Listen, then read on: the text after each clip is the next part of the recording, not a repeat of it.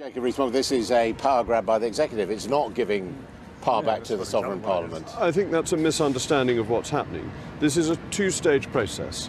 Currently, all those powers are with Brussels. They will come back to Westminster, and from there, I hope and expect many of them will be devolved, and that will be a matter of discussion between the devolved parliaments and the United Kingdom Parliament. And Parliament will then determine what laws are made in future, because as was established, yes, it will. If the secondary powers are used by the government, secondary legislation always goes through Parliament. Now, sometimes, yes, it does, even on a negative resolution.